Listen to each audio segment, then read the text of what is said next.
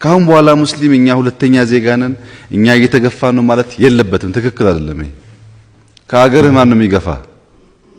ይሄ ንግግር እየተደገመ ሲሄድ እውነት ነው እየሆነ የሚሄደው። ትክክል አይደለም።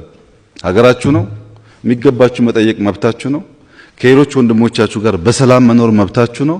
አሁንም እንደ ድሮ ግን እኛ ሁለተኛ ነን እኛ እየተገፋን ነን ለማን ነው እየነገራችሁ ያላችሁት? ይሄ ንግግር እኮ ነው የቆየ እውነት እየሆነ የሚሄደው።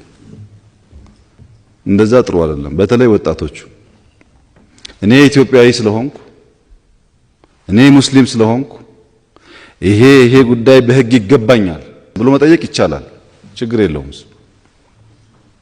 ሌላው ቋንቋ ግን ናሬሽን ስለሆነ እያበላሸን ያለው በተለይ ወጣቶች ኮንሺየስ ብትሆኑ ጥሩ ነው። ከእንግዲህ በኋላ ሁለተኛ ዜጋ የሆነበት ሙስሊም ሁለተኛ ዜጋ የሆነባት ኢትዮጵያ የለችም፣ አትኖርም።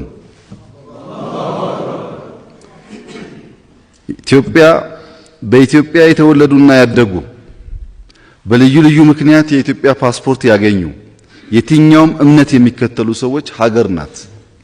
በእኩል ታገለግላለች፣ በእኩል ካገለገለች ትኖራለች። ካላገለገለች ኢትዮጵያ የሚለውን ስም ማስቀጠል አትችልም። ምክንያቱም እንዳላችሁት ግማሽ አካሏን ጥላ ኢትዮጵያ ልትሆን አትችልም። እና ናሬሽን ላይ የሚነገሩ ነገሮች አሉ። እኛ እሱን ተቀብለን መልሰን ባናስተጋባ ጥሩ ነው። አዲስ አበባ ላይ ባለፉት 4-5 ዓመታት 124 ቦታዎች ለመስጂድ ተሰጥተዋል። በዳታ ለቀብር 3 ቦታ ተሰጥቷል። ለማዕከል እንዳላችሁት 1 ቦታ ተሰጥቷል።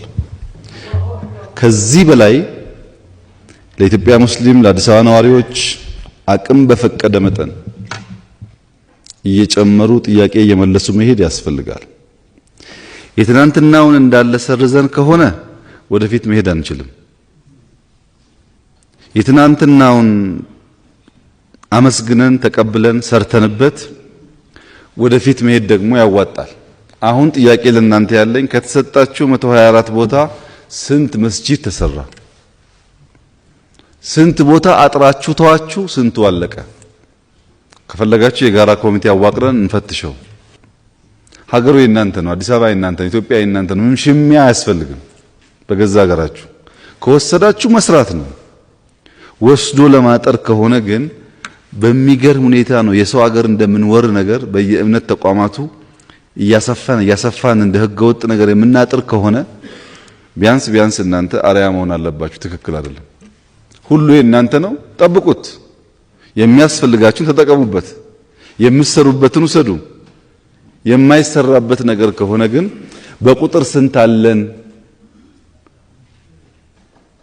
ኦርቶዶክስ ወስዳለች፣ ወንጌላውያን ወስደዋል የሚል ፍክክር ከሆነ ብዙ ፋይዳ የለውም። እሱን እናንተ አስቡበት። እኛ አቅማችን በፈቀደ